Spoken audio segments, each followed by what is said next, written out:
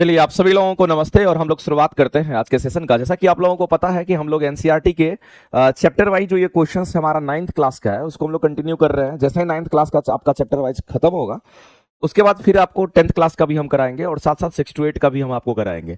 सबसे इंपॉर्टेंट बात तो ये है कि लगातार इस सेशन को आप 1 घंटा डेली एंजॉय कीजिएगा और आपको मंडे टू फ्राइडे वैसे चलेगा, सैटरडे संडे में भी हम आपको पढ़ाएंगे। तो लगातार ये क्लासेस आपको 1 बजे चलती है, ध्यान में रखिएगा। साइंस की क्लासेस 1 बजे आपको मिलेगी और मैथ्स की जो क्लासेस है वो आपको 12 बजे शायद चलती है, 12 बजे से चलती है, लेकिन अभी नहीं हो पा रही है। लेकिन 1 बजे से आपकी साइंस की क्लास चलेगी और आगे से देखिए मैथ और साइंस दोनों आपको देखने को मिलेगा। तो चलिए हम लोग शुरुआत करते हैं आज के सेशन का और शुरुआत करते हैं पहले क्वेश्चंस का। तो मैंने 100 क्वेश्चंस इसमें से सेलेक्ट करके मैंने करा दिया है। ये दूसरा सेशन हमारा, दूसरा चैप्टर हमारा चल रहा है और इसमें केमिस्ट्री के अच्छे अच्छे क्वेश्चंस आपको देखने को मिलेगा। जो केमिस्ट्री के क्वेश्चंस आपको परेशान करता है वो आज के बाद नहीं करेगा, क्योंकि इसमें अच्छे अच्छे क्वेश्चंस आपके दिए हुए हैं। हम लोग फटाफट करके इन सभी को करते हैं। और ध्यान रखना कि आरंभ बैच में सभी पेपर फिजिक्स, केमिस्ट्री, बायो की क्लासेस हम आपको पढ़ाएंगे, इसलिए आरंभ बैच की जो क्लासेस है आपको अब तो होली के बाद ही वो क्लासेस चलेगी, लेकिन अभी आपको ध्यान रखना है कि 18 तारीख से आज ये क्लासेस हम आपको करवा करके एनसीईआरटी का क्लोज करेंगे और फिर आपको 18 तारीख से ये क्लासेस देखने को मिलेगा। क्योंकि होली का बहुत लंबा छुट्टी हो जाता है, बीच में सैटरडे संडे भी है, तो हमको लगता है कि 1 सप्ताह कम से कम तो क्लास ऑफ रहेगा। लेकिन 18 तारीख के बाद फिर ये अपने कंटिन्यू हो जाएगा और आपको एनसीईआरटी क्लासेस वहां पर रेगुलर बेसिस पर मिल जाएगा देखने को, ठीक है। तो 1 सप्ताह आपका हो सकता है एनसीईआरटी की ये क्लासेस आपकी नहीं लगे, लेकिन आप ध्यान रखिएगा 18 तारीख से फिर ये 1 बजे आपकी क्लासेस स्टार्ट हो जाएगी, क्योंकि अभी सभी छुट्टी का समय है तो सब लोग जा रहे हैं, ठीक है। तो चलिए हम लोग शुरुआत करते हैं आज के सेशन का और पहला ही क्वेश्चन हम लोग यहाँ पर देखते हैं। क्लास 9 का चैप्टर 2 आप देख पा रहे होंगे और इसी के बारे में हम बात करने वाले हैं। इसमें केमिस्ट्री के क्वेश्चन आपको देखने को मिलेगा। सबसे पहला क्वेश्चन हमसे ये बोला गया है कि इनमें से कौन सा तत्व हमारा नहीं है, ये बोला गया। हम लोग फास्ट करेंगे और सॉल्व भी करेंगे। कौन सा तत्व नहीं है मेरे भाई, एक बात आप बताइए। अगर पीरियोडिक टेबल में अगर आप देखिएगा उठा करके, तो पीरियोडिक टेबल में आपको पता होगा कि हमारा जो पीटी होता है, पीरियोडिक टेबल हमारा होता है, उसमें 118 तत्व हमारे होते हैं। और इस 118 तत्व में अगर देखिएगा तो आपको धातु भी मिलेगा, आपको अधातु भी मिलेगा और साथ ही साथ आपको यहाँ पर उपधातु भी नजर आता है। ये 3 चीजें आपको सभी लोगों को पता होगा, धातु, अधातु और उपधातु। धातु की संख्या कितनी होती है? 91 होती है। और धातु की संख्या कितनी, तो याद रखिएगा 20 होता है। और उपधातु की संख्या कितनी होगी तो यहाँ पर 7 होता है। अब सबसे इंपॉर्टेंट बात तो ये है, ये चलो चलो ठीक है, यहां तक कोई दिक्कत नहीं है, हम लोग इस क्वेश्चन के आंसर्स कर लेंगे। सर ये हमारा धातु हो जाएगा, हमारा अधातु हो जाएगा, हमारा उपधातु हो जाएगा। और उपधातु ऐसा होता है जिसमें धातु और अधातु दोनों के गुण होते हैं। तो ये तीनों के तीनों तो हमारा तत्व होता है, क्योंकि ये तत्व में ही हमारा ये सब आ रहा है, तत्व में ही ये सब आ रहा है। लेकिन अगर किसी कोलाइडल सॉल्यूशंस की अगर हम बात करते हैं तो ये तत्व नहीं होता, ये हमारा हेट्रोजीनियस मिक्सचर होता है। इसको कहते हैं कि ये हमेशा विसमांगी मिश्रण होता है, इस बात को ध्यान रखिएगा। जो कोलाइडल सॉल्यूशन होता है ये कैसा सॉल्यूशन होता है, तो आपको ध्यान रखना ये विसमांगी होता है। ये कैसा होगा कहेंगे, सीधा सा बात है मेरे भाई, इस बात को ध्यान रखना है। ये हमारा कैसा कहेंगे, हमारा विसमांगी मिश्रण होगा, इस बात को आप ध्यान रखेंगे। ये आपका विसमांगी मिश्रण होता है, इस बात को आप ध्यान रखेंगे। दूसरी सबसे अहम बात तो ये है कि अगर कोलाइडल सॉल्यूशंस की अगर हम बात करते हैं ना, तो कोलाइडल सॉल्यूशन के अंदर जो पार्टिकल्स होते हैं वो यूनिफॉर्मली आपका डिस्ट्रीब्यूटेड होता है। जैसे मान लेते हैं कि हमारा क्या तो कहेंगे दूध है, तो दूध में ही आप देखिएगा कि जो फैट्स होते हैं वो अलग अलग फैट्स हमारा यूनिफॉर्मली डिस्ट्रीब्यूटेड होता है। हर एक जगह हमारा, हर जगह वो हमारा रहता है। ये नहीं कि ये पार्टिकल सिर्फ नीचे होगा, पार्टिकल हमारा ऊपर भी होगा नीचे भी होगा, हर एक जगह यूनिफॉर्मली डिस्ट्रीब्यूटेड होता है। तो इसमें जो सस्पेंडेड पार्टिकल होते हैं, इसके अंदर मेरे भाई जो सस्पेंडेड पार्टिकल होते हैं उसकी हम बात कर रहे हैं। इसमें कैसे पार्टिकल की बात कर रहे हैं, तो सस्पेंडेड हमारे पार्टिकल्स होते हैं, जो सस्पेंडेड पार्टिकल्स होंगे वो यूनिफॉर्मली डिस्ट्रीब्यूटेड होते हैं, ये याद रखिएगा। ये सब पूछता है, यूनिफॉर्मली डिस्ट्रीब्यूटेड होता है, ये लाइन आपको ध्यान रखना है। यूनिफॉर्मली डिस्ट्रीब्यूटेड होता है, ये लाइन आपको ध्यान रखना है। आपको लग रहा होगा सर ये यूनिफॉर्मली डिस्ट्रीब्यूटेड होगा तब तो ये होमोजीनियस होना चाहिए, समांगी होना चाहिए, लेकिन ये समांगी नहीं होता है। समांगी हम वैसे उसे मिश्रण को समांगी कहते हैं जो पूरी तरीके से आपस में घुलनशील होता है, उसको समांगी कहते हैं, ध्यान रखेंगे। दूसरी बात आप ये समझ लीजिए, इसके अंदर जो भी हमारे कोलाइडल सॉल्यूशन में जो भी हमारे सस्पेंडेड पार्टिकल है उसकी अगर हम बात करें तो आपको ये भी ध्यान रखना है, इसके अंदर जो भी सस्पेंडेड पार्टिकल्स होते हैं इसके साइज के बारे में कई बार क्वेश्चन पूछ लेता है। तो आपको ध्यान रखना इसका जो साइज होता है वो कितना होता है। इसके साइज याद रखना 1 नैनोमीटर से लेकर के आपको 100 नैनोमीटर तक होता है। 1 नैनोमीटर से लेकर के 100 नैनोमीटर तक का होता है। इस बात को आप जरूर ध्यान में रखेंगे। ये क्वेश्चंस भी आपके एग्जाम में आता है। और दूसरी बात है मेरे भाई कि जब आप इस पर कोई भी प्रकाश अगर डालते हैं तो ये प्रकाश को स्कैटर भी करता है। तो ये भी ध्यान रखना, सस्पेंडेड पार्टिकल क्या करता है तो कहेंगे प्रकाश का प्रकीर्णन भी करता है। ये प्रकाश का क्या करेगा तो कहेंगे यहां पर प्रकीर्णन भी करता है। ये प्रकाश का प्रकीर्णन करता है, ये बात आपको ध्यान रखना, ये भी इसका कंसेप्ट होता है। और याद रखना साइज भी कई बार एग्जाम में पूछे गए, इसको भी आप ध्यान में रखेंगे। तो ये चीज हम लोग को ध्यान, और पूरे प्रेडिक्टेबल में याद रखिएगा 118 तत्व तो हमारा होता है, इसमें से 94 को तत्व हमारा प्राकृतिक रूप से हमें मिलता है। ये कैसे मिलेगा तो ये प्राकृतिक रूप से प्राप्त होता है। और इसी में अगर 24 को तत्व की अगर बात करेंगे तो ये हमारा कृत्रिम तरीके से इसको बनाया गया लैब में, तो ये हमारा कृत्रिम रूप से इसको बनाया गया, इस बात को ध्यान रखेंगे। तो ये भी एक प्रकार का आपका क्वेश्चन है, इसको जरूर आप ध्यान में रखिएगा, प्रेडिक्टेबल से रिलेटेड क्वेश्चन था। आगे चलते हैं, अगला क्वेश्चन हम लोग को आगे चलते हैं, अगला क्वेश्चन हम लोग देखते हैं। अगला क्वेश्चन क्या कहता है इसके बारे में हम लोग समझते हैं। कह रहा है कि कौन हमारा शुद्ध पदार्थ नहीं है, इसके बारे में बोला गया है कि कौन सा हमारा शुद्ध पदार्थ नहीं है। तो मेरे भाई शुद्ध पदार्थ कहने वाला प्योर सब्सटेंस की बात कर रहा है। एक बार आप जान लीजिए, सबसे पहला चीज मैं आपको ये कहना चाहूंगा कि कभी भी अगर आपके सामने में अगर प्योर सब्सटेंस की अगर बात करता है तो एक लाइन में आप जान लीजिए कि प्योर सब्सटेंस कहने का मतलब होता है कि 2 कंडीशंस इसके हैं, वो कंडीशंस आपको वो शर्त याद रखना पड़ेगा। कभी भी अगर किसी को प्योर सब्सटेंस अगर कहते हैं तो उसके शर्त याद रखने हैं। सबसे पहला चीज आपको ये याद रखना है कि होमोजीनियस केमिकल, आपका होमोजीनियस, सबसे पहला चीज तो आपको ये याद रखना है कि होमोजीनियस इन केमिकल कंपोनेंट की हम बात करेंगे। इसका मतलब है आपको ध्यान रखना कि ये कैसा होगा कहेंगे हमारा होमोजीनियस होता है। ये कैसा होगा कहेंगे हमारा होमोजीनियस इन केमिकल कंपोनेंट की हम बात करते हैं। यानी कि जो भी केमिकल कंपोनेंट की हम बात करेंगे, केमिकल कंपोनेंट की बात करेंगे, वो पूरी तरीके से हमारा कैसा होना चाहिए, एक समान होना चाहिए, होमोजीनियस होना चाहिए। इस बात को ध्यान रखना है। साथ ही साथ आपको ध्यान रखना है कि केमिकल बॉन्डिंग भी आपका सेम होना चाहिए। होमोजीनियस इन केमिकल बॉन्डिंग याद रखेंगे, यहां पर होमोजीनियस इन केमिकल बॉन्डिंग, होमोजीनियस इन केमिकल बॉन्डिंग की भी हम बात करते हैं। केमिकल बॉन्डिंग, होमोजेनियस इन केमिकल बॉन्डिंग की हम बात करेंगे, ध्यान रखेंगे। और यहां पर मेरे भाई मैं आपको एक बेहतर एग्जांपल में बताता हूं, समझिए गौर से। जैसे कि अगर हम बात करते हैं आइस का, जैसे हम बात करते हैं यहां पर पानी का, जैसे अगर हम बात करते हैं यहां पर स्टीम की बात कर लेते हैं, तो आप इन सबको जब देखते हैं तो आइस आपको H2O नजर आता है। अगर आप पानी को देखिएगा तो ये पानी तो हमारा H2 है ही, चलो इसको H2 नहीं, हम यहां पर पानी ही लिखते हैं। ये हमारा वाटर है, यहां पर हमारा कहेंगे हमारा वाटर है, पानी है। और अगर स्टीम की बात करेंगे तो ये भी हमारा H2O होता है। अगर आपसे कोई कहता है कि इन तीनों में से अगर किसी के बारे में अगर कोई आपसे कहता है कि बताओ ये प्योर है कि इम्प्योर है, ये कैसा प्योर सब्सटेंस है या नहीं, आपसे पूछता है, तो आप कहेंगे मेरे भाई अगर आप इन तीनों को देखना चाहते हैं तो तीनों के तीनों प्योर सब्सटेंस होते हैं। ये तीनों के तीनों क्या है तो कहेंगे हमारा यहां पर प्योर सब्सटेंस है। और प्योर सब्सटेंस को हम लोग कहते हैं शुद्ध पदार्थ कहते हैं, इस बात को ध्यान रखिएगा। ये हमारा शुद्ध पदार्थ होता है। अब सबसे इंपॉर्टेंट बात है कि अगर इसमें आप देखिएगा तो 2 हाइड्रोजन 1 ऑक्सीजन, इसमें भी 2 हाइड्रोजन 1 ऑक्सीजन, इसमें भी 2 हाइड्रोजन 1 ऑक्सीजन, इसका मतलब मेरे भाई होमोजेनियस इन केमिकल कंपोनेंट आपको पूरी तरीके से दिख रहा है। केमिकल कंपोनेंट यहां भी वही है, यहां भी वही है, यहां भी वही है, 2 हाइड्रोजन 1 ऑक्सीजन, 2 हाइड्रोजन 1 ऑक्सीजन। उसके बाद बॉन्डिंग भी हमारा सेम है, यानी कि 2 हाइड्रोजन और 1 ऑक्सीजन के बीच में बॉन्डिंग, 2 हाइड्रोजन 1 ऑक्सीजन के बीच में बॉन्डिंग, 2 हाइड्रोजन 1 ऑक्सीजन के बीच में बॉन्डिंग। इसका मतलब ये तीनों के तीनों हमारे प्योर सब्सटेंस के अंतर्गत आता है, एक शुद्ध पदार्थ के रूप में होता है। अब दूसरी बात मैं आपको बताना चाहता हूं मेरे भाई, इस बात को भी आप ध्यान रखना, कई बार ऐसे भी क्वेश्चंस आपके सामने आता है। अगर हम शुद्ध पदार्थ की बात करते हैं ना, इसमें दो चीज को आप लेकर के चलिएगा। एक तो तत्व हमारा शुद्ध पदार्थ होता है और दूसरा हमारा यौगिक भी एक शुद्ध पदार्थ होता है, इस बात को आप ध्यान रखेंगे। तो तत्व और यौगिक दोनों के दोनों हमारे क्या है तो यहां पर शुद्ध पदार्थ में आता है, इस बात को आप ध्यान रखिएगा। लेकिन शुद्ध पदार्थ में कभी भी याद रखना कि मिश्रण नहीं आता है, ये मिश्रण नहीं आता है, इस बात को आप ध्यान रखेंगे, इसको भी आप ध्यान रखेंगे। और ये कंडीशंस के हिसाब से भी क्वेश्चन को आप सॉल्व कर सकते हैं। तो बताइए मेरे भाई, ये तत्व है हमारा शुद्ध पदार्थ में आएगा।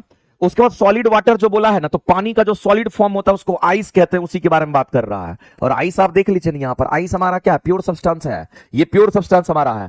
कार्बन डाइऑक्साइड की बात करते हैं मेरे भाई, वो एक यौगिक होता है। कार्बन डाइऑक्साइड हमारा क्या तो यौगिक होता है। हम कहते हैं कि 2 या 2 से अधिक तत्व मिलकर के एक निश्चित अनुपात में 2 या 2 से अधिक तत्व अगर मिलते हैं तो उसको हम लोग यौगिक कहते हैं। तो ये भी हमारा सही है, ये भी सही है, ये भी सही हमारा है। इसका मतलब है कि अगर हम बात करते हैं यहां पर गंगा जल की बात करते हैं तो आप एक लाइन में जान लीजिए, गंगा जल हमारा कई तत्वों का मिश्रण होता है। तो मेरे भाई सीधी सी बात है, एक प्रकार का हमारा मिश्रण हो जाएगा। ये क्या है कहेंगे हमारा ये मिश्रण है, इस बात को आप ध्यान रखेंगे। और अगर ये हमारा मिश्रण है तो आपको सीधा समझना है मेरे भाई कि ये हमारा शुद्ध पदार्थ नहीं होगा, ये शुद्ध पदार्थ नहीं होगा, तो इसी को आंसर हम लोग टिक आउट करेंगे। लेकिन एक बात हम आपको बताना चाहते हैं जो कि आपके एग्जाम पॉइंट ऑफ व्यू से काफी इंपॉर्टेंट है, आप इसको जरूर नोट करिएगा। एग्जाम आस्किंग क्वेश्चन है आपके कि अगर हम गंगा जल की बात करते हैं तो आपको मेरे भाई ध्यान रखना, जो गंगा जल हमारा होता है, देखिएगा आप घर में कितना दिन तक भी रखते हैं तो वो खराब नहीं होता है, क्योंकि जो गंगा जल होता है या यमुना का जल होता है या फिर हम अदर जगह की बात करते हैं, तो आपको ध्यान रखना गंगा जल की अगर हम बात करते हैं इस पर मेरे भाई क्या होता है, कहेंगे गंगा जल में क्या होता है, कहेंगे आपको ध्यान रखना है इस गंगा जल में बैक्टीरियोफाज हमारे पास वायरस होता है। इसमें गंगा जल में क्या होगा, कहेंगे यहां पर ध्यान रखना है, जिसको हम लोग कहते हैं यहां पर बैक्टीरियोफाज कहते हैं, इस बात को ध्यान रखना। बैक्टीरियोफाज की अगर हम बात करते हैं, अगर बैक्टीरियोफाज की बात कर, बैक्टीरियोफाज इसमें गंगा जल में बैक्टीरियोफाज वायरस पाया जाता है, इस बात को ध्यान रखना। ये बैक्टीरियोफाज वायरस पाया जाता है, ये बात आपको ध्यान रखना है। और ये बैक्टीरियोफाज वायरस क्या करता है, तो आपको ध्यान रखना है कि बैक्टीरिया को ये मारता है। ये क्या करता है, तो कहेंगे यहां पर बैक्टीरिया को ये क्या करता है, तो बैक्टीरिया को ये नष्ट करता है, ये बैक्टीरिया को मारता है, इस बात को आप ध्यान रखिएगा और ध्यान रखना। इसीलिए गंगा जल वगैरह देखिएगा कभी आपको जल्दी खराब नहीं होता है, उसमें कभी वो खराब नहीं होता, क्योंकि उसके अंदर ये बैक्टीरियोफाज वायरस पाया जाता है और ये वायरस क्या करता है, उस बैक्टीरिया को मार देता है, इस बात को ध्यान रखना है। तो ये सब क्वेश्चन, इसीलिए मेरे भाई इस बात को ध्यान रखना, गंगा जल को शुद्ध इस तरीके से हम लोग मानते हैं। लेकिन आपको ध्यान रखना कौन सा पदार्थ शुद्ध नहीं होता, केमिस्ट्री की भाषा से हम कहेंगे एक प्रकार का मिश्रण है और मिश्रण कभी शुद्ध पदार्थ नहीं हो सकता, इसलिए हम कहेंगे डी करेक्ट हो जाएगा। लेकिन आपको ये सारे पॉइंट्स ध्यान में रखने हैं, इसमें जितने भी पॉइंट्स के बारे में चर्चा हमने किया है ये सब आपके एग्जाम का क्वेश्चन होता है, ये सब आपके एग्जाम का क्वेश्चन है मेरे भाई, ये सब आपके एग्जाम का क्वेश्चन है। चलते हैं आगे, अगला क्वेश्चन देखते हैं, कह रहा है कि कौन सा इसमें से शुद्ध पदार्थ है। तो मेरे भाई यहां पर प्योर सब्सटेंस से क्वेश्चन आपका लिया गया है और आप देख लीजिए यहां पर शुद्ध पदार्थ के बारे में बात कर रहा है। तो गंगा जल तो नहीं होगा, क्योंकि एक प्रकार का मिश्रण है, तो ये नहीं होगा। समुद्री जल भी नहीं होगा। इसके बाद मेरे पास स्रावित जल की बात करते हैं, सिक्रेटेड जो वाटर होता है ये हमारा क्या होंगे, तो स्रावित जल की बात करते हैं, ये भी हमारा नहीं होगा। स्रावित जल कहने का मतलब होता है कहीं से कोई सिक्रेट जो हमारा पानी करता स्रावित करता है कहीं से, उसकी बात कर रहा है, तो इनमें से कोई नहीं हमारा होगा। तो मेरे भाई अगर पानी की अगर बात करते हैं तो पानी में एक जल होता है जिसको हम लोग आसुत जल के नाम से हम लोग जानते हैं, इसको हम लोग आसुत जल कहते हैं। और जो आसुत जल होता है इसको हम लोग डिस्टिल्ड वाटर के नाम से जानते हैं, ये चीज आपको ध्यान रखना है। ये कैसा है तो कहेंगे इसको हम लोग यहां पर डिस्टिल्ड वाटर के नाम से हम लोग जानते हैं। और जो डिस्टिल्ड वाटर होता है ये हमारा प्योर वाटर होता है, इस बात को ध्यान रखना। ये हमारा प्योर सब्सटेंस कहलाता है, इसको हम लोग प्योर सब्सटेंस कहते हैं। क्योंकि जो डिस्टिल्ड वाटर होता है ना, इसका प्योरिफिकेशन हम लोग कैसे करते हैं, तो आपको ध्यान रखना इसके प्योरिफिकेशन की जब कभी भी हम बात करें डिस्टिल्ड वाटर का, तो इसका प्योरिफिकेशन हम लोग डिस्टिलेशन प्रोसेस से करते हैं, ये चीज आपको ध्यान रखना है। इसको किससे करते हैं तो हम लोग कहेंगे यहां पर डिस्टिलेशन प्रोसेस की हम बात करते हैं। और इसी डिस्टिलेशन प्रोसेस से आपको ध्यान रखना है कि हम लोग इसको क्या करते हैं, पृथक करते हैं, प्यूरिफाई करते हैं, जो कि आसुत जल हमारा होता है। अगर ऑप्शन में आसुत जल होता तो आपके आंसर्स होते, लेकिन ऑप्शन में आसुत जल नहीं है, इसका मतलब आंसर आपका कोई नहीं होगा। तो मेरे भाई आप सीधा सीधा कहेंगे इस क्वेश्चन का आंसर हमारा कोई नहीं हो जाएगा। लेकिन याद रखिएगा ये तुम्हारे एग्जाम में पूछा जाता है, इसलिए मैंने तुम्हारे सामने में ये बात बोला है मेरे भाई कि आप इसको जरूर याद रखना, क्योंकि क्वेश्चंस कहीं से भी आ जाए आपको एकदम बहुत ही प्यार से करके आना है, इसमें कहीं से कोई दिक्कत नहीं है।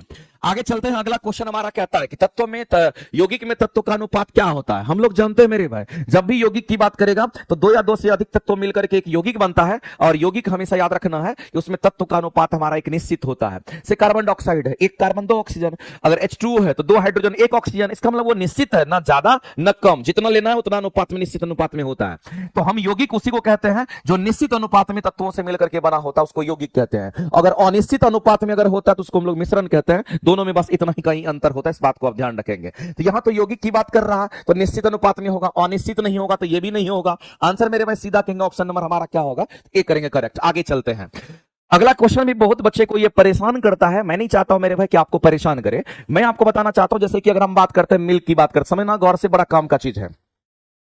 अगर इस मिल्क की हम बात करते हैं तो इस मिल्क में क्या होता है, तो आप कहेंगे सर मिल्क में तो पानी होता है और साथ ही साथ इसमें वसा भी होता है।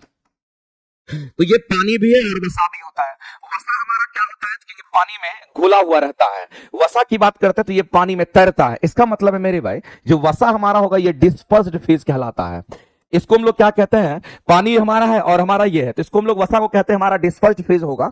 इसको हम लोग कहते हैं कि ये हमारा डिस्पर्स्ड फेज की हम बात करते हैं, ये हमारा डिस्पर्स्ड फेज होता है। और इसको हम लोग डिस्पर्सन मीडियम के नाम से हम लोग जानते हैं, इस बात को ध्यान रखना। इसको हम लोग क्या कहेंगे, तो इसको हम लोग डिस्पर्सन मीडियम के नाम से हम लोग जानते हैं। ये चीज आपको ध्यान रखना है, जिसमें जो चीज हमारा मिलता है उसको हम लोग कहते हैं। तो डिस्पर्सन मीडियम पानी है, फैट हमारा डिस्पर्स फेज होता है।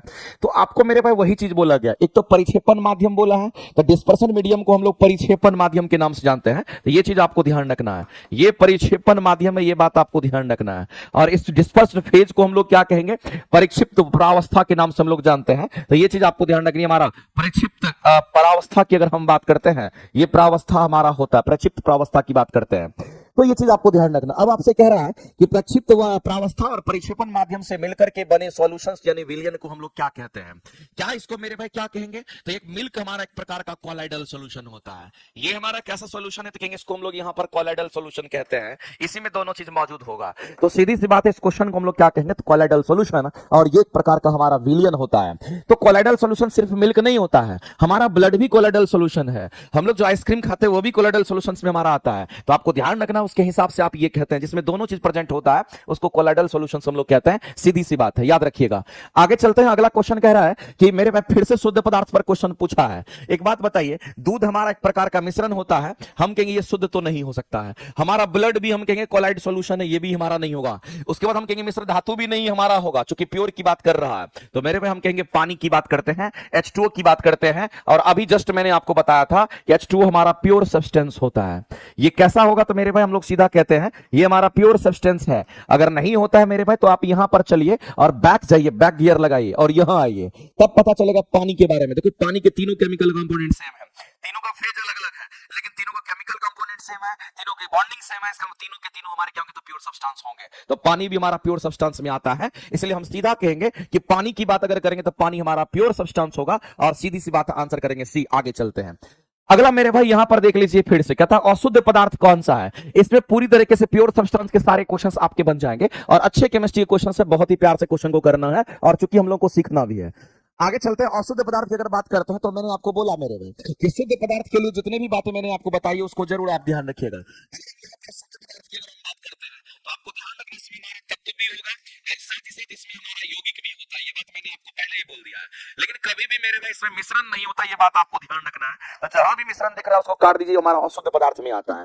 ठीक है सर, सोडियम की बात करते हैं, ये तो तत्व है हमारा, यहाँ पर शुद्ध पदार्थ होगा। हाइड्रोजन भी गैस भी हमारा हो जाएगा, क्योंकि एक ही हमारा होता है। अगर अमोनिया की बात करेंगे तो यौगिक हमारा होगा, तो हम कहेंगे ये भी हमारा शुद्ध पदार्थ में होगा। लेकिन एयर की बात करते हैं तो एयर हमारा क्या कहेंगे, हमारा यहाँ पर मिश्रण होता है मेरे भाई, बहुत सारे गैसों का मिश्रण होता है। इसलिए हम कहते हैं कि जो वायु हमारा होता है ये एक प्रकार का मिश्रण हमारा होगा। तो ये कहीं ना कहीं हमारा क्या होगा, तो हम लोग सीधा कहेंगे, हम लोग यहाँ पर कहेंगे कि हमारा अशुद्ध पदार्थ की कैटेगरी में आता है। इस बात का ध्यान रखेंगे, ये इंप्योर सब्सटेंस होगा, ध्यान रखेंगे। आगे चलते हैं। कौन इसमें से कौन विलियन है, ये आपको बताना है मेरे भाई। विलियन कहने का मतलब सॉल्यूशंस की हम बात करते हैं, आपको बताना कि इसमें से कौन सा हमारा सॉल्यूशन है, ये आपको बताना है। बिहार पुलिस 19,838 भर्ती 2025 नोटिफिकेशन आउट, होली का शानदार गिफ्ट मिला है आप लोगों को। अगर बिहार पुलिस की इतनी सारी वैकेंसी अगर आई है तो आप तैयार रहिए बिहार पुलिस के लिए। और बिहार पुलिस के लिए भी हम लोग कुछ करेंगे बढ़िया, जिसमें आपको जोरदार तरीके से साइंस की मेरी भागीदारी रहेगी। तो साइंस में हम आपको बेहतर कुछ अच्छा चीज करके देंगे। वैसे तो ये एनसीईआरटी क्लासेस हम पढ़ाएंगे, तो इससे भी तुमको बहुत बेनिफिट होता ही रहेगा, इसमें कहीं से कोई शक नहीं है। ठीक है, तो जो भी ट्रेड की क्लासेस होगी वो क्लासेस आज भी चलेगी और कल भी चलेगी, मैं आपको पहले ही बता देना चाहता हूं एएलपी वालों। ठीक है, पहले इस क्लासेस पर फोकस कर लीजिए लोकेश जी। आगे बात करते हैं कौन इसमें विलियन है। साबुन विलियन कह रहा है, लवण विलियन कह रहा है, चौक जल का मिश्रण कह रहा है, स्टार्च कह रहा है। आप ही बताइए मेरे भाई, अगर हम लवण विलियन की बात करते हैं तो पानी में नमक को जब घोलते हैं तो पूरी तरीके से घुल जाता है, उसको लवण विलियन के नाम से जानते हैं। तो ये एक प्रकार का हमारा कैसा होगा, एक प्रकार का हमारा सॉल्यूशन होगा। और चूंकि ये पूरी तरीके से उसमें होमोजेनेटिकली मिक्स हो जाता है, इसलिए हम कहते हैं सॉल्ट सॉल्यूशन हमारा एक प्रकार का सॉल्यूशन होगा, ध्यान रखेंगे। स्टार्च मेरे भाई मंड होता है, ये हमारा सॉल्यूशन नहीं है। चौक जो है हमारा इसमें पूरी तरीके से नहीं घुलता, नीचे सेटल डाउन हो जाएगा। सोप सॉल्यूशन भी हमारा पूरी तरीके से नहीं बनता है। तो आपको ध्यान रखना है कि हमारा नमक और पानी का जो घोल होता है ये पूरी तरीके से हम कहते हैं कि घुलनशील होता है, ध्यान रखेंगे। जल्दी आगे बात करते हैं कि कौन इसमें निलंबन की बात कही जा रही है। मेरे भाई कौन निलंबन है ये आपसे पूछा गया है, और आपको बताना है कि इसमें से कौन सा हमारा निलंबन होता है। क्या इसमें से हमारा चीनी विलियन होगा, क्या इसमें से हमारा सोडा जल होगा, क्या इसमें से हमारा मटमैला जल होगा, कौन सा हमारा होगा मेरे भाई, ये बात आपको बताना है कि कौन सा इसमें निलंबन होता है, इस बात को ध्यान रखना। तो मेरे भाई निलंबन कहने का मतलब है जिसमें सस्पेंडेड पार्टिकल्स होते हैं जो आसानी से नीचे बैठ जाता है। तो जिसमें सस्पेंडेड पार्टिकल्स होते हैं आसानी से नीचे बैठ जाता है उसको निलंबन हम लोग कहते हैं। तो अगर आपसे सस्पेंशन की अगर बात करता है, अगर आपसे सस्पेंशन की अगर बात करते हैं तो इसी को हिंदी में हम लोग क्या कहते हैं, तो हिंदी में इसको हम लोग निलंबन के नाम से हम लोग जानते हैं। ये चीज आपको ध्यान रखना है। अगर हम सस्पेंशन की अगर बात करते हैं तो इसको ध्यान रखना, जैसे कि अगर हम मान लेते हैं यहां पर मिट्टी है और मिट्टी और पानी का जो मिश्रण हमारा होगा, मिट्टी और पानी का जो मिश्रण हमारा होगा, इसमें से अगर आप देखिएगा तो मिट्टी और पानी का मिश्रण, मिट्टी और पानी का अगर आप मिश्रण वगैरह बनाते हैं तो देखिएगा मेरे भाई, मिट्टी हमारा पानी के नीचे बैठ जाता है धीरे धीरे करके, उसी को हम लोग सस्पेंशन के नाम से हम लोग जानते हैं। क्योंकि सस्पेंडेड पार्टिकल्स नीचे बैठ जाता है, तो इसमें से कौन होगा, तो मेरे भाई चीनी और विलियन, जो चीनी का सॉल्यूशन होता है वो नीचे नहीं बैठता। चीनी और नमक को अगर पानी में घोल दीजिएगा तो वो पूरी तरीके से घुल जाता है और नीचे सेटल डाउन नहीं होता है, तो इसमें सस्पेंड ये आपका नीचे जाकर के नहीं बैठता है। वही चीज हमारा सोडा वाटर में भी होता है। लेकिन मटमैला जल की अगर बात करते हैं ना, तो मेरे भाई मिट्टी और पानी का जो मिश्रण होता है इसी को मटमैला जल कहते हैं। इसी को क्या कहते हैं, मटमैला जल के नाम से हम लोग जानते हैं। तो ये एक प्रकार का हमारा यहाँ पर सस्पेंडेड पार्टिकल वाला सस्पेंशन हमारा सस्पेंशन से हमारा होता है। इस बात को आप ध्यान रखेंगे। साबुन तो बिल्कुल भी नहीं होगा। तो मेरे भाई हम उसको कहेंगे जिसमें मान लेते हैं कि हमारा क्या तो पानी है और इस पानी के अंदर क्या कहेंगे, यहाँ पर हमारा मिट्टी है और मिट्टी को इस तरीके से हम घोल दिए। बाद में पता चला, नेक्स्ट स्टेप में पता चला ये जो मिट्टियां हैं यहां से क्या हो गई, तो सारी की सारी मिट्टियां नीचे जाकर के मेरे भाई यहां पर जाकर के जमा हो जाती है, नीचे जमा हो जाती है, क्योंकि वो भारी होता है नीचे जमा हो जाता है और इसी को हम कहते हैं निलंबन के नाम से हम जानते हैं। इस बात को ध्यान रखना। तो इसी में पॉसिबिलिटी है, इसलिए आंसर करेंगे मटमैला जल हो जाएगा और करेक्ट आंसर हम लोग क्या करेंगे, तो ऑप्शन नंबर सी के साथ जाएंगे। आगे चलते हैं, अगला कह रहा है कि कौन सा कोलाइड है ये आपको बताना है। तो मेरे भाई हम सभी लोग जानते हैं कोलाइड की बात करते हैं, तो कोलाइड में क्या होता है, पार्टिकल्स नीचे नहीं बैठता क्योंकि वो इतना हल्का होता है कि वो तैरते रहता है। उसमें भी आपको ध्यान रखना है सभी जगह बराबर मात्रा में वो फैला हुआ रहता है। तो दूध में अगर वसा की बात करते हैं तो पूरी तरीके से फैला हुआ रहता है, तो आपको ध्यान रखना वो हमारा एक कोलाइड्स होता है। अगर हमारे ब्लड में भी अगर देखिए तो बहुत सारे यहाँ पर पार्टिकल्स क्या तो तैरते रहते हैं। तो आपको ध्यान रखना कोलाइड कहने का मतलब है कि क्या कोलाइड हमारा यहाँ पर चीनी का शरबत हो सकता है। हम कहेंगे चीनी का शरबत तो हमारा कोलाइड इसीलिए नहीं होगा क्योंकि चीनी का शरबत हमारा एक प्रकार का सॉल्यूशन होता है, ये पूरी तरीके से मेरे भाई घुल जाता है चीनी और पानी। इस बात को ध्यान रखेंगे। पीतल भी नहीं होगा क्योंकि एक प्रकार का हमारा ये मिश्रण होता है और कॉपर और जिंक का मिश्रण होता है। धुआं की बात करेंगे ये नहीं होगा, लेकिन मैं आपको बता देना चाहता हूं अगर धुआं की बात करते हैं तो ये हमारा एरोसोल होता है, इसको हम लोग एरोसोल कहते हैं, ध्यान रखेंगे। ये हमारा एरोसोल होता है, ध्यान रखना। और एरोसोल से क्या होता है, हमारा एयर पॉल्यूशन होता है। इस बात को आप ध्यान रखेंगे, इससे हमारा एयर पॉल्यूशन होता है, ये बात आपको ध्यान रखना है। एरोसोल से हमारा एयर पॉल्यूशन होता है। इसी में आप एरोसोल में आप किसको कह सकते हैं, आप स्मोक कहते हैं, फॉग भी हमारा होता है, ध्यान रखेंगे। लेकिन अगर गोंद की बात करते हैं ना, तो मेरे भाई गोंद हमारा क्या तो कहेंगे कोलाइड होता है। इस बात को आप ध्यान रखेंगे। वैसे मैं आपको बता देना चाहता हूं, खास करके जो एग्जांपल्स एग्जाम में पूछे जाते हैं वो कोलाइड आपको ध्यान रखना चाहिए। हम मिल्क की बात कर लिए, हम दूध की बात कर लिए, चलो हम दूध की बात कर लिए, ये दूध हमारा कोलाइड होता है। इसके लिए अगर देखिए तो हमारा जो ब्लड होता है, रक्त की हम बात करते हैं, रक्त भी हमारा जो होता है वो भी हमारा कोलाइड होता है, ये बात आपको ध्यान रखना है। इसी तरीके से अगर हम गोंद की बात करते हैं तो गोंद भी हमारा कोलाइड होता है। इसी तरीके से मेरे भाई अगर हम बात करते हैं आइसक्रीम का, तो ये आइसक्रीम भी हमारा क्या यहाँ पर हमारा कोलाइड होता है। तो आपको ध्यान रखना है कि इन सबको हम कोलाइड के नाम से हम लोग जानते हैं, ये चीज आपको ध्यान रखना है। क्वेश्चंस आपके डी हो जाएंगे, राइट। आगे चलते हैं, अगला क्वेश्चन हम लोग देखते हैं कि कौन तत्व है, ये आपको बताना है। बताइए इनमें से कौन सा तत्व है। मेरे भाई हवा हमारा कई गैसों का मिश्रण होता है, ये तत्व नहीं होगा। अगर पानी की बात करते हैं तो पानी का केमिकल फॉर्मूला हमारा H2O होता है और 2 हाइड्रोजन 1 ऑक्सीजन हमारा एक निश्चित अनुपात में होता है, तो ये एक प्रकार का हमारा यौगिक होगा। इस बात को ध्यान रखेंगे, ये मिश्रण नहीं है, तो ये भी आंसर नहीं हो चुकी, ये एक यौगिक होता है। अगर इसी तरीके से अगर हम बात करते हैं यहां पर लवण की बात करते हैं, तो लवण में आपका NaCl होता है और एक निश्चित अनुपात में हमारा सोडियम और क्लोरीन होता है। इसका मतलब ये भी हमारा एक प्रकार का यौगिक है, इस बात को ध्यान रखना। मेरे भाई अगर ऑक्सीजन की हम बात करते हैं तो ये ऑक्सीजन हमारा तत्व होता है। आप पीरियोडिक टेबल में उठा करके देख लीजिए, ऑक्सीजन एक प्रकार का तत्व आपको पाया जाता है। 118 तत्वों में से ऑक्सीजन का भी स्थान है।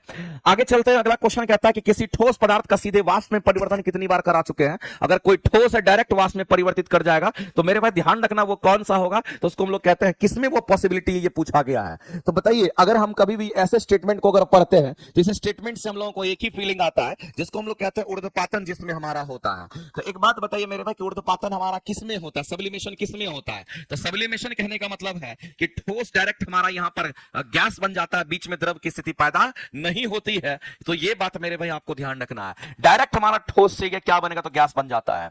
तो ऐसे एग्जांपल्स मैंने आपको पिछले क्लास में बोला था याद रखने के लिए, और याद रखना भी चाहिए आपको। अगर हम बात करते हैं यहां पर कपूर के बारे में, अगर मेरे भाई बात करते हैं हम यहां पर नेफ्थलीन की गोली की अगर बात करते हैं, नेफ्थलीन की जो गोली होती है इसकी हम बात बात करते हैं। इसी तरीके से आपको ध्यान रखना है कि नेप्थलीन गोली हो गया, अगर मेरे भाई नौसादर की बात करते हैं इसको NH4Cl अमोनियम क्लोराइड भी कहते हैं। साथ ही साथ अगर हम आयोडीन की अगर हम बात करते हैं तो ये भी आपको ध्यान रखना, आयोडीन भी होगा। साथ ही साथ आपको ध्यान रखना ठोस कार्बन डाइऑक्साइड हमारा जो होता है इसको हम लोग ड्राई आइस के नाम से हम लोग जानते हैं, ये ड्राई आइस हमारा होता है एटसेट्रा। ये सब तो कम से कम याद रखना पड़ेगा। अगर मेरे भाई हम लोग यहां पर चलते हैं, ये जो हमारा वायु होता है ये तो हमारा इस विधि द्वारा अलग नहीं होगा, क्योंकि वायु का कहीं नामो निशान नहीं है, ऑक्सीजन भी नहीं होगा। यहां पर ताचा क्या दे रखा है, ये तो आपका ऐसे तांबा होना चाहिए था, वो गलत लिखा हुआ इंग्लिश आपका, ये तांबा की बात कर रहा था, ये भी नहीं होगा। मेरे भाई हम लोग तब किसके साथ जाएंगे, हम लोग नमक के साथ जाएंगे, क्योंकि जो नमक हमारा होता है, जो खाने वाला नमक होता है वो समुद्री नमक होता है। और नमक को मेरे भाई नमक को आयोडीन युक्त बनाने के लिए नमक में आयोडाइड से हम लोग मिलाते हैं, इस बात को ध्यान रखना, तभी हम लोग नमक को खाते हैं। और नमक पूरा का पूरा देखिएगा व्हाइट व्हाइट होता है। तो आप इस नमक में क्या करते हैं, तो नमक में आप यहां पर आयोडाइड ऐड करते हैं, ध्यान रखेंगे, और तब जाकर के ये हमारा क्या बनता है, कहेंगे हमारा आयोडीन युक्त नमक बनता है।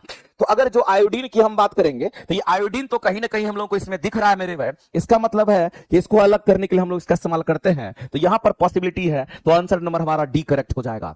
आगे चलते हैं, अगला क्वेश्चन है कि निम्नलिखित में से कौन सा हमारा अधातु है। तो आप पूरे प्रेडिक्टेबल अगर देखेंगे तो मेरे भाई एक चीज तो बहुत ही ज्यादा फेमस होता है, अगर हम बात करते हैं किसके बारे में, आयोडीन के बारे में, तो आपको याद रखना ये एक्सेप्शन है, ये अपवाद होता है हमारा। अगर हम इस आयोडीन की बात करते हैं, अधातु की बात अगर करते हैं, तो आयोडीन हमारा एक ऐसा अधातु होता है कि अधातु रहते हुए भी हमारा चमकीला होता है, इसमें चमक होता है, ये चीज आपको ध्यान रखना है। अगर अधातु है फिर भी चमकीला होता है, हेलो,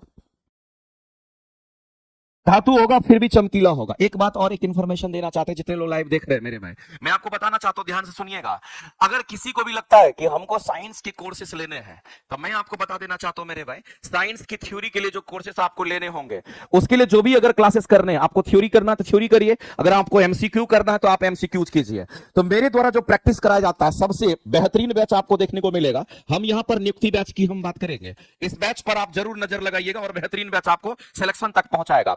और थ्योरी के लिए हमारे अभी न्यू बैचेस जो होंगे, वो न्यू बैच में आपको मिलेगा आरंभ बैच, ध्यान रखना। जो भी न्यू बैचेस अभी आपको देखने को मिलेगा साइंस के लिए, आप ध्यान रखेंगे वो सबसे इंपॉर्टेंट है। हम आरंभ बैच की यहां पर बात करेंगे, ये चीज ध्यान रखना है। अगर आपको ओल्ड बैचेस चाहिए तो इंजेक्शन बैच है, नहीं तो आपको फिर वहां पर देखने को मिलेगा अखंड ज्योति बैच, ध्यान रखेंगे। अब आपको इसलिए मैं इंफॉर्मेशन देना चाहता हूं कि अगर आपको लगता है कि मुझे ये क्लासेस चाहिए और ये आपको बीपीएससी टीआरई के लिए अगर आपको चाहिए, तो मैं आपको बताना चाहता हूं मेरे भाई कि 4.0 की अगर आप तैयारी कर रहे हैं तो आप जग जाइए, बेहतरीन तरीके से तैयारी कीजिए। लेकिन एक इंफॉर्मेशन बहुत ही इंपॉर्टेंट है, जो भी बच्चे इस कोर्सेस को नहीं लिए होंगे उनके लिए मेरे भाई होली धमाका ऑफर आएगा, याद रखिएगा 13 तारीख से होली धमाका ऑफर आएगा। और साइंस के लिए आपको ध्यान रखना है, अगर किसी को लगता है कि हमने नहीं किया है ये, तो आप जरूर करिएगा, बहुत बेनिफिट होगा। और साथ ही साथ न्यू बैचेस में ये दिखेगा। इसके अलावा भी मेरे भाई पहले से ये बैचेस हमारे चल रहे हैं, जिसका नाम है अखंड ज्योति बैच, आप ध्यान रखेंगे। ये हमारा अखंड ज्योति बैच मेरा पहले से चलता आ रहा है। और इसी तरीके से अगर देखेंगे तो आपको इंजेक्शन बैच आपको देखने को मिलेगा। तो जो भी बच्चे लाइव देख रहे हैं, मैं आपको सबको सूचना देना चाहता हूं कि होली के लिए आपको ये ऑफर मिलेगा, और आपको लगभग जो भी आपको डिस्काउंट दिया जाएगा उसके हिसाब से आप जरूर कर लीजिएगा, क्योंकि होली के बाद फिर कोई ऑफर वगैरह आएगा नहीं, और आपको पूरी तरीके से समय भी नहीं बचेगा, और आप पूरी तरीके से आपको तैयारी भी करना पड़ेगा। तो आपको ध्यान रखना है इस कोर्सेस को, अगर लगता है कि किसी को हमने नहीं किया तो आप जरूर कर लीजिएगा। तो मेरे भाई हम बात कर रहे थे कौन अधातु होता है, तो जर्मेनियम हमारा क्या है, तो कहेंगे जर्मेनियम की अगर हम बात करते हैं तो ये जो जर्मेनियम हमारा होता है, हमारा क्या कहेंगे, हमारा हम लोग कहते हैं कि ये हमारा यहां पर सीधा कहते हैं अर्ध धातु के नाम से हम लोग जानते हैं। इसको हम लोग कहते हैं सेमीकंडक्टर कहते हैं। सेलेनियम भी, टाइटेनियम भी हमारा ये तो धातु हमारा भाई, ये हमारा नहीं होगा। आयोडीन की हम बात कर लेंगे, आयोडीन हमारा धातु। लेकिन याद रखना मेरे भाई ये अपवाद होता है, इस बात को आप ध्यान रखना, ये हमारा अपवाद है और क्वेश्चन में कई बार पूछा गया है। ये हमारा कैसा होता है, आयोडीन जो हमारा होता है ये चमक होता है, इसमें लेस्चर होता है, ये चीज आपको ध्यान रखना है। इसमें लेस्चर होता है और धातु में लेस्चर होता है, इस बात को आप ध्यान रखेंगे। जैसे ग्रेफाइट की बात करते हैं, उसमें भी लेस्चर होता है। ग्रेफाइट भी अधातु होते हुए भी चमकता है, डायमंड भी अधातु होते हुए भी चमकता है, आयोडीन भी हमारा अधातु होते हुए चमकता है, दूसरा कोई अधातु चमकता नहीं है। ध्यान रखिए, ये एक्सेप्शन है जिसका मैंने अभी आपके सामने में नाम लिया है। आगे चलते हैं, अगला कहता है कि तत्व के जो छोटे छोटे कण होते हैं उसको क्या कहते हैं। तो जो छोटे छोटे कण होते हैं उसको क्या कहते हैं, तो आपको ध्यान रखना, इसी को तो परमाणु कहते हैं मेरे में। परमाणु सबसे छोटे कणों को परमाणु कहते हैं, और परमाणु से मिलकर के हमारा अणु बनता है, इस बात को आप ध्यान रखेंगे। आगे चलते हैं, एक से अधिक तत्वों के संयोग से क्या बनता है, आप ही बताइए मेरे भाई। एक से अधिक अगर तत्व अगर हमारा आपस में संयोग कर जाता है, मिल जाता है, तो ऐसी परिस्थिति में क्या बनेगा। तो एक से अधिक तत्व अगर मिलेगा तो आप कहेंगे निश्चित अनुपात में मिलेगा तो हमारा यौगिक होगा, अगर अनिश्चित अनुपात में मिलेगा तो वो हमारा एक मिश्रण होता है, ध्यान रखेंगे। आगे चलते हैं, नमक और अमोनियम क्लोराइड के मिश्रण को अगर आपको कह रहा है कि यहां पर पृथक करना है, नमक है और अमोनियम क्लोराइड के मिश्रण को क्या करना, तो पृथक करना है। तो आप एक बात ध्यान रखिएगा कि जहां कहीं भी आपको दिख जाएगा जो ऊर्ध्वपातित हमारे जो भी हमारे जिसमें ठोस से डायरेक्ट गैस बनता है, याद रखना उसको जब कभी भी पृथक करते हैं तो हम लोग किस विधि द्वारा करते हैं, तो हम लोग सब्लिमेशन ही करते हैं, ऊर्ध्वपातन करते हैं। हम ऐसा डायरेक्ट इसको इसलिए टिक आउट कर रहे हैं क्योंकि मैंने आपको पिछले ही लाइन में बताया था NH4Cl के बारे में, और NH4Cl हमारा क्या होता है, अमोनियम क्लोराइड की बात करते हैं। इसको पृथक करने के लिए हम लोग यही चीज यूज करेंगे। अगर किसी को यह लगता होगा कि सर ये सरल विधि द्वारा किसको करते हैं, तो आपको मैं बताना चाहता हूं मेरे भाई कि सरल आसवन विधि द्वारा हम किसको डिस्टिल्ड करते हैं, किसको अलग करते हैं, जिसका बॉइलिंग पॉइंट ध्यान रखना है। अगर दो मिश्रण का बॉइलिंग पॉइंट का अंतर अगर 25 डिग्री सेल्सियस से अगर ज्यादा होता है तो आप इस विधि का इस्तेमाल करते हैं। जैसे एग्जांपल के लिए मैं आपको बताना चाहता हूं कि आपको ध्यान रखना है कि जल की बात करते हैं, जल के साथ हमारा कौन मिक्स है, तो जल के साथ याद रखना हम एसीटोन की बात करते हैं। जल और एसीटोन का जो मिश्रण हमारा होता है उसको डिस्टिलेशन प्रोसेस, उसमें भी सिंपल डिस्टिलेशन प्रोसेस से हम लोग अलग करते हैं। लेकिन अगर प्रभाजी आसवन विधि की अगर बात करेगा तो मेरे में ध्यान रखना, जिसके बॉइलिंग पॉइंट में अंतर हमारा लेस देन 25 डिग्री सेल्सियस का होता है, दो द्रव का मिश्रण, याद रखना ये द्रव को अलग करने की विधि होती है, और ये हमारा वैसे द्रव को अलग करने की विधि है जब दो द्रव के बॉइलिंग पॉइंट का अंतर हमारा 25 डिग्री सेल्सियस से भी कम का हो जाता है। तो याद रखना मेरे भाई, खास करके इसमें हमारा जो भी पेट्रोलियम पदार्थ वगैरह आता है उसी की हम बात कर लेते हैं, और इस पर क्वेश्चन आपका पूछा जाता है कि पेट्रोलियम पदार्थ वगैरह जो होते हैं उसको अलग करने के लिए हम लोग प्रभाजी आसवन विधि द्वारा अलग करते हैं। ये ध्यान में रखना है आपको। आगे चलते हैं, अगला क्वेश्चन आप देख लीजिए, कह रहा कि दूध से क्रीम को अलग करना है, तो ये तो सबको पता होगा, सेंट्रीफ्यूगेशन हमारा होता है। एक लाइन में कहानी सिंपल। आगे चलते हैं, अगला क्वेश्चन कहता है कि रंग वाले घटक डाई को नीले अथवा काले रंग की स्याही से पृथक किया जाता है। तो मेरे भाई एक बात बताइए, डाई का मतलब क्या होता है, कलर की बात कर रहा है। रंग वाले घटक जिसको आप डाई कहते हैं उसको नीले अथवा काले रंग की स्याही से क्या करना है, तो आपको अलग करने की बात कही जा रही है। बताइए इनमें से कौन सा हम लोग यहां पर इस्तेमाल कर सकते हैं। तो हमारे पास प्रभाजी आसवन विधि तो नहीं होगा क्योंकि ये द्रव को अलग करने की विधि होती है। क्रिस्टलाइजेशन जो हमारा होता है ये ठोस को अलग करने की विधि होती है, तो ये दोनों नहीं होगा। अगर हम यहां पर बात करते हैं कलर को अलग करने की विधि, तो हमारे पास एक ही ऑप्शन बचता है, वाष्पीकरण का बचता है। लेकिन वाष्पीकरण की बात अगर करें या फिर हम लोग यहां पर क्रोमेटोग्राफी की भी हम बात कर सकते हैं। देखते हैं इसमें से आंसर क्या दे रखे हैं, एक मिनट इसको मैं चेक कर लेता हूं। इस क्वेश्चन के जो आंसर्स आपको दे रखे हैं वो कौन से आपके यहां पर करेक्ट होंगे, एक बार मैं चेक कर लेता हूं, ध्यान रखना मेरे भाई। इस क्वेश्चन के जो आंसर्स है ना, आपको वाष्पीकरण ही दे रखा है, इसका मतलब वाष्पीकरण से भी हम अलग करते हैं, और साथ ही साथ याद रखिएगा कि वाष्पीकरण से तो अलग करते ही हैं, क्रोमेटोग्राफी से भी हम लोग यहां पर उसको पृथक करते हैं, ध्यान रखेंगे। अगला क्वेश्चन है कि दो अघुलनशील द्रव को अलग करना। देखो घुलनशील नहीं है, लेकिन दो ऐसे द्रव हैं जो कि दोनों अघुलनशील द्रव के मिश्रण को अलग करना है। तो बताइए मेरे भाई, दो अघुलनशील द्रव को अलग करना है, पृथक कार्य को हम लोग कीप द्वारा हम लोग करेंगे। हम लोग यहां पर सेपरेशन फनल कीप के द्वारा हम अलग कर लेते हैं, क्योंकि वो दोनों आपस में नहीं मिला हुआ उसकी हम बात करते हैं। तो यहां पर हम कहेंगे पृथक कार्य कीप द्वारा हम लोग उसको अलग कर लेंगे, ध्यान रखेंगे। आगे चलते हैं, अगला कहता है कि काली स्याही में उपस्थित डाई को अलग करना है, तो इसमें हम लोग कहेंगे क्रोमेटोग्राफी हमारा हो जाएगा। करेक्ट आंसर ध्यान में रखेंगे, या तो वाष्पीकरण नहीं तो हम लोग इसी को टिक आउट करेंगे। आगे चलते हैं, दो घुलनशील द्रव को अगर मिश्रण को अलग करना, तो ये मेरे भाई दो द्रव की बात कर रहा है और उसके मिश्रण को अलग करने की बात करता है। तो इसमें हमारे पास आएगा, हम कहेंगे आसवन विधि और प्रभाजी आसवन विधि इसी के लिए इस्तेमाल होता है। क्रिस्टलाइजेशन जो हमारा होता है ये ठोस के लिए होता है, ये ठोस को अलग करने की विधि होती है, तो ये तो नहीं होगा। क्रोमेटोग्राफी में हम लोग क्या करते हैं, रंग में विभेदता, रंग को यहां पर क्या करते हैं, पृथक करते हैं, इस बात को ध्यान रखेंगे। यहां पर रंग को क्या करते हैं, पृथक करते हैं, तो ये भी हमारा नहीं हो जाए, नहीं होगा। तो मेरे भाई हम लोग सीधा कहेंगे यही पॉसिबिलिटी है, क्योंकि द्रव को द्रव से अलग करने की विधि हमारे पास आसवन विधि भी है और प्रभाजी आसवन विधि है। जो कंडीशंस मैंने बताया 25 डिग्री सेल्सियस से ये ज्यादा अगर अंतर होता है दो द्रव के मिश्रण का, तो वहां पर यूज करते हैं, ध्यान रखना। आगे चलते हैं, बताइए कौन सा इसमें से शुद्ध पदार्थ होगा। मैं चाहूंगा मेरे भाई कि आप लोग इस क्वेश्चन के आंसर करके बता दीजिए फटाफट करके, देखते हैं कितने लोग आंसर कर पाते हैं। और इस क्वेश्चन के आंसर मैं सभी लोगों से चाहता हूं। एक तो मेरे भाई यहां पर नमक हमारा है और दूसरा हमारा कहता है कि हमारा ग्लूकोज है। नमक में तो हम लोग जानते हैं मेरे भाई कि बहुत तरह की चीजें मिली हुई होती है। यहां पर ग्लूकोज की बात कर रहा, शुद्ध घी की बात, शुद्ध दूध की बात करता है। मैंने आपको मिल्क के बारे में पहले ही बता दिया, ये कोलाइड है, नहीं होगा। घी भी हमारा नहीं होगा, उसी कैटेगरी में हमारा आता है। मेरे भाई हम किसके साथ जाएंगे, इसके साथ भी नहीं जाएंगे, हम सीधा कहेंगे ग्लूकोज हो जाएगा। क्योंकि ग्लूकोज को हम क्यों कहना चाह रहे हैं, क्योंकि ग्लूकोज की अगर हम बात करते हैं ना, तो मेरे भाई ग्लूकोज हमारा मोनोसैकेराइड है और ग्लूकोज का केमिकल फॉर्मूला C6H12O6 हमारा होता है। और इसके अंदर अगर आप देखेंगे तो कार्बन हाइड्रोजन का जो रेशियो हमारा होता है वो किस अनुपात में होगा, तो हम कहेंगे कार्बन हमारा 6 है, हाइड्रोजन हमारा यहां पर 12 है और ऑक्सीजन हमारा ये 6 है। इसको अगर कट कीजिएगा तो ये आपका 6, आप कहेंगे 6 और 6 दूनी 12 और 6, यानी कहने का मतलब मेरे भाई 1:2:1 में आपको ये चीज देखने को मिल रहा होगा।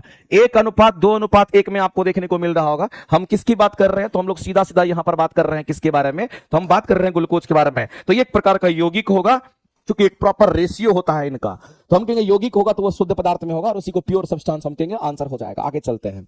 वैसे पदार्थ को शुद्ध पदार्थ कहते हैं जिसमें क्या होता है, तो मेरे भाई वैसे पदार्थ को शुद्ध पदार्थ कहते हैं जिसमें मिलावट नहीं हो। ऐसा थोड़ी होता है, हम लोग कहते हैं तत्व की बात करेंगे, यौगिक की बात करेंगे, साथ ही साथ हम लोग कहेंगे कि हम उसको कहते हैं जिसमें हम कहते हैं केमिकली हमारा बॉन्डिंग भी सेम होता है और होमोजिस हम कहते हैं, और हमारा हम बॉन्डिंग भी सेम होगा और हम कहते हैं कि हमारे केमिकल कंपोनेंट भी सेम होता है, उसको हम लोग कहते हैं। तो ये तो नहीं हो पाएगा, इसको हम लोग पहले ही छाड़ देते हैं। इसके बाद अशुद्धि नहीं हो तो ये भी नहीं हमारा होगा। सभी कण मेरे भाई समान रूप से अगर होते हैं तो हम कहते हैं उसको शुद्ध पदार्थ की कैटेगरी में हम रखते हैं, ध्यान रखेंगे। अगला कहता है कि विभिन्न प्रकार के कणों से निर्मित पदार्थ को क्या कहते हैं। अगर विभिन्न प्रकार के कणों से निर्मित पदार्थ होते हैं तो मेरे भाई आप ये समझ लीजिए कि विभिन्न प्रकार के कणों से निर्मित जो पदार्थ होते हैं उसको हम लोग क्या कहेंगे, तो हम लोग सीधा कहेंगे, हम लोग इसको यौगिक के नाम से हम लोग जानते हैं। इस बात को ध्यान रखना है, ये हमारा एक प्रकार का यौगिक होगा, ये बात आपको ध्यान रखना। लेकिन यौगिक होने के लिए आपको क्या होना चाहिए कि एक निश्चित अनुपात में वो सारे एलिमेंट्स होने चाहिए। अगला क्वेश्चन दे रखा है कि निम्न में से कौन सा हमारा क्या, तो कि यहां पर मिश्रण की बात कर रहा है कि कौन सा मिश्रण हमारा नहीं है, ये बोला जा रहा है। तो बताइए इसमें से कौन सा मिश्रण नहीं है। तो हम लोग कहेंगे यहां पर अगर देखते हैं तो हम कहेंगे कोलाइड, तो ये तो हमारा मिश्रण है मेरे भाई, इसमें तो हम कहते हैं ये तो मिश्रण हमारा होगा। सॉल्यूशन भी हमारा मिश्रण होगा, ये भी हमारा मिश्रण होगा। अगर इन तीनों को अगर देखते हैं तो ये तीनों हमारे ऑप्शंस में नहीं होंगे, क्योंकि एक प्रकार का हमारा मिश्रण है, ये प्रकार का मिश्रण होगा। लेकिन कार्बन डाइऑक्साइड्स की अगर हम बात करते हैं ना, तो जो कार्बन डाइऑक्साइड्स हमारा होता है ये CO2 होता है, इसमें कार्बन और ऑक्सीजन का एक निश्चित अनुपात होता है, इस बात को ध्यान रखेंगे। यही हमारा क्या होगा कि यहाँ पर मिश्रण नहीं होगा, क्योंकि एक प्रकार का हमारा यौगिक माना जाता है। ये लाइन मेरे भाई आपको ध्यान रखना इस तरीके से, ये लाइन आपको ध्यान रखना इस तरीके से। तो 25 नंबर क्वेश्चन तक आज हम कराएंगे, इसके बाद जो नेक्स्ट बचा हुआ क्वेश्चंस होगा उसको नेक्स्ट टाइम कराएंगे, ठीक है। आज बहुत सारी क्लासेस और भी लेनी है, ट्रेड वाले बच्चे बहुत परेशान हो रहे हैं, उनकी क्लासेस जो कुछ भी बची हुई है आज और कल मिलाकर के हम पूरा खत्म कर देंगे।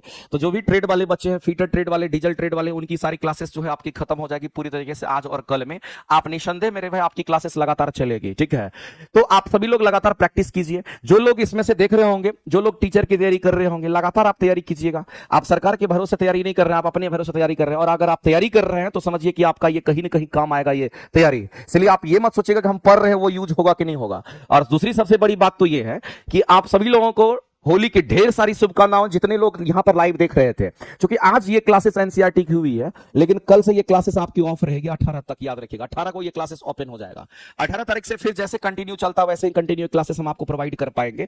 1 बजे से साइंस की क्लासेस आपकी चलेगी और 12 बजे से जो मैथ की क्लासेस चलती है वो चलेगी। तो एनसीईआरटी को लगातार करते रहिएगा, पूरा एनसीईआरटी अच्छे तरीके से हम आपको कवर कराएंगे, इसमें कहीं से कोई दिक्कत नहीं है। आप पूरे मस्त तरीके से आप पूरा सेशन को वॉच करिएगा अभी से लेकर के एग्जाम तक। और दूसरी सबसे अहम बात तो ये है कि आप लोग खूब बढ़िया सी होली मनाइए, सेफ होली मनाइए, बढ़िया तरीके से एंजॉय करिए, कोई दिक्कत नहीं है। अपने घर वालों के साथ एंजॉय कीजिए, लेकिन अपने काम को जरूर फोकस रखिएगा कि जो काम हम करने के लिए आए हैं थे पटना, वही काम करना है, हमारा लक्ष्य वो है और उसके लिए आपको लगातार मेहनत करना है। होली दिवाली सब आते जाते रहता है, लेकिन आपको कोशिश करना है कि जितना चीज पढ़े हैं उसका प्रॉपर रिवीजन करें, जो प्रीवियस ईयर क्वेश्चन हुआ है उसका एनालिसिस करें, उसको बनाएं। जो भी प्रीवियस ईयर क्वेश्चन पूछेगा एग्जाम में सब आप बनाइए, 1 2 5 6 2 8 9 10th, यहां तक कि 11 12th के जो क्वेश्चन बनते हैं उसको भी आप बनाइए। क्वेश्चन कभी खराबी नहीं करेगा, लेकिन लगातार करिएगा तभी आपको हो पाएगा सही तरीके से। चूंकि टियर 4 में थोड़ा सा कंपटीशन ज्यादा टफ रहेगा, लेकिन मुझे लगता है कि अगर मेहनत कर रहे हैं, इतना चीज अगर पढ़ रहे हैं, तो रिजल्ट आपका नहीं होगा तो किसका होगा? श्योर मानिए रिजल्ट आपका होगा। और पैटर्न में हम आपको पढ़ाएंगे, उसी पैटर्न में आपको पढ़ना है, ठीक है। तो आज की क्लासेस को हम यहीं एंड करेंगे, लेकिन सभी लोगों को कहना चाहेंगे इस होली का एक अच्छा ऑफर आपको दिया जाएगा, हो सकता है कि आज नहीं तो कल रिलीज होगा। तो उस होली ऑफर का साइंस की क्लासेस के लिए आप बेहतर तरीके से आप उसका फायदा लीजिएगा, एमसीक्यू के लिए भी और आपको थ्योरी के लिए भी वो क्लासेस आपको मिल जाएगी, ठीक है। तो आज की जो क्लासेस है इसको हम यही रखेंगे, बाद बाकी मिलते हैं हम लोग फिर होली के बाद। हैप्पी होली, सभी लोग एंजॉय कीजिए, मस्त रहिए, बिंदास रहिए, खुश रहिए। सबसे बड़ा चीज है कि खुश रहिएगा तभी सब कुछ ठीक होगा। तो सबसे पहला चीज अपने आप को सोचिए, हम जहां हैं परफेक्ट हैं, ज्यादा बेचैन होने की जरूरत नहीं है, बस अपना जो काम है वो करना है, ठीक है। रिजल्ट श्योर आपका हो जाएगा। धन्यवाद, मिलते हैं हम लोग फिर नेक्स्ट क्लासेस में होली के बाद। Thank you very much.